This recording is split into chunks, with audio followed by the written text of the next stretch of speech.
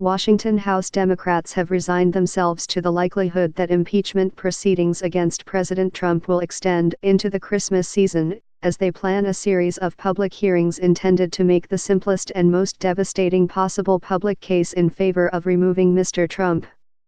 Democratic leaders had hoped to move as soon as Thanksgiving to wrap up a narrow inquiry focused around Mr. Trump's dealings with Ukraine, buoyed by polling data that shows that the public supports the investigation, even if voters are not yet sold on impeaching the president. But after a complicated web of damaging revelations about the president has emerged from private depositions unfolding behind closed doors, Democratic leaders have now begun plotting a full-scale and probably more time-consuming effort to lay out their case in a set of high-profile public hearings on Capitol Hill. Their goal is to convince the public, and if they can, more Republicans, that the president committed an impeachable offense when he demanded that Ukraine investigate his political rivals.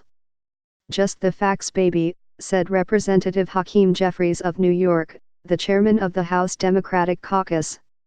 "If we tell that story with simplicity and repetition, the American people will understand why the president must be held accountable.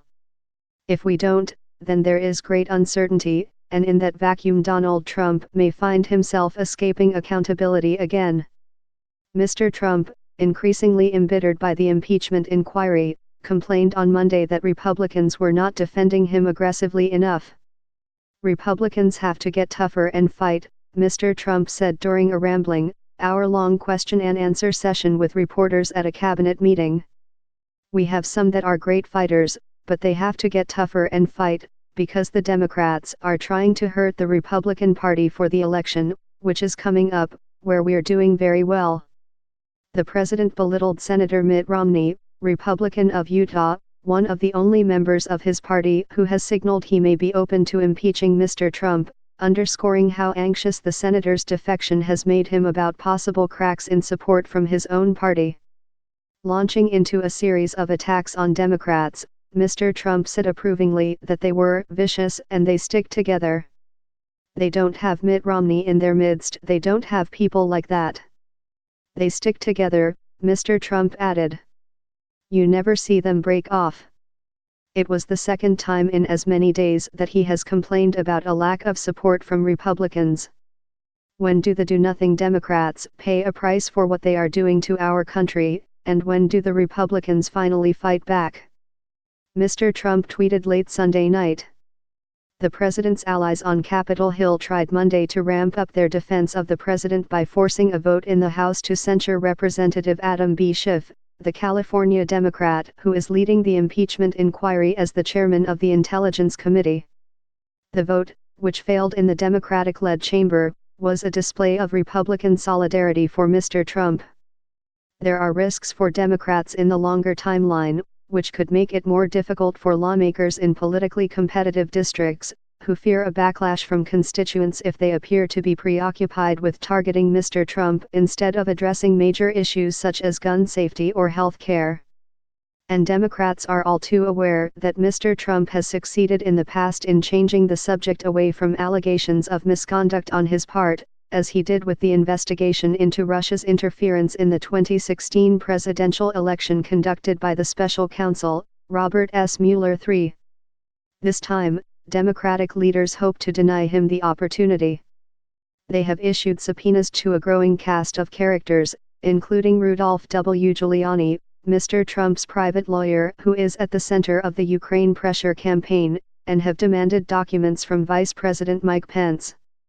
They have invited or compelled Trump administration officials, past and present, to appear at the Capitol before rolling television cameras, and cloistered them behind closed doors to extract a daily drip of testimony that backs up their case. That effort continues Tuesday when William B. Taylor Jr., the top American diplomat in Ukraine, is scheduled to testify behind closed doors about text messages in which he wrote to other officials that it was crazy to withhold security assistance for help with a political campaign. On Wednesday, investigators will question Laura Cooper, a Pentagon official, about decisions to hold up Ukraine's military aid.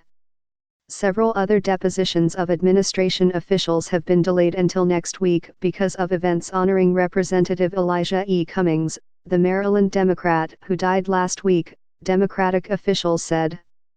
To keep Republicans on the defensive in the interim, Ms. Pelosi held a House vote last week on Mr. Trump's decision to pull back American troops from Syria, which was widely panned by lawmakers in both parties, and will force a vote this week on measures to combat foreign election interference.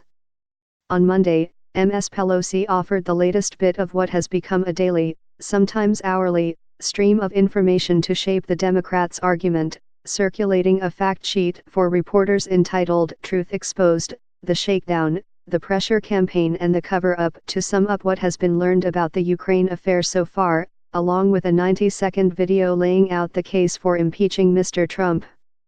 Ms. Pelosi's aides have advised lawmakers to avoid talking at length about bit players or subplots in the drama they are unspooling, emphasizing the need to return again and again to Mr. Trump's own words from a July phone call with President Volodymyr Zelensky of Ukraine. "Do us a favor," a quote from a reconstructed transcript of that call, was the title of their video. Democratic leaders have pushed lawmakers with backgrounds in law enforcement or national security to make television appearances to discuss the inquiry, including Representative Alyssa Slotkin of Michigan, a former CIA analyst, Representative Val Demings of Florida, a former police chief, and Representative Tom Malinowski of New Jersey, a former State Department official. If we get mired in esoteric process concerns, we will lose the ability to tell a powerful story to the American people about the abuse of power that is connected to the Trump-Ukraine scandal, Mr. Jeffries said. Some Republicans, already uneasy about the allegations at the heart of the Ukraine inquiry, have grown increasingly uncomfortable with Mr. Trump's behavior, and unwilling to defend him on a range of topics, including the Syria decision and his plan abruptly abandoned in the face of a bipartisan outcry to hold the Group of Seven summit of world leaders at one of his resorts in Florida.